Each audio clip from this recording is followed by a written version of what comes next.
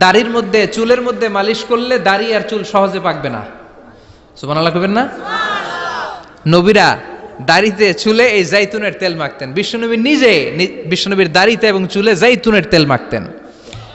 বিশ্বনবীর 63 বছর বয়সে বিশ্বনবীর চুল আর দাড়ি এই সবগুলো মিলে দাড়ি আর চুল পেকেছিল মাত্র 20টা।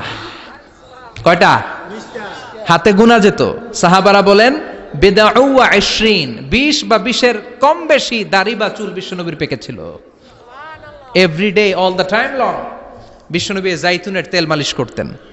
এজন্য জাইতুন খেতে রাজি আছেন তো?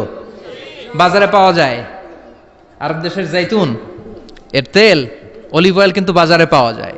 3 ক্যাটাগরির আছে, একটা হচ্ছে এক্সট্রা ভার্জিন, আর একটা হচ্ছে ভার্জিন, আর একটা রিফাইন্ড পিওর। এক্সট্রা ভার্জিন যেটা, এটা লেস দেন 1% অ্যাসিড দিয়ে পিউরিফাইং করে, এটা আপনি খেতে পারবেন। সিবগিল লিল আকিলিন, কোরআনের আয়াত, তামবুতু বিদ্দুহুন ও সিবগিল লিল আকিলিন। এই জাইতুনের তেল সাধারণ তেলের মতো নয়, এটা তেলের মালিশের কাজও করে, আবার খাওয়ার তরকারির কাজও করে। চিল্লায় বলেন আল্লাহু আকবার। এজন্য বিশ্বনবী বলতেন ওয়াদ্দাহিনু ফাইন্না ফিত তাদহিনি বারাকাহ, তেল খাও, তেল দাও, তেল মালিশ করো, তেলের ভেতরে বরকত ঢুকিয়ে দিয়েছে কে?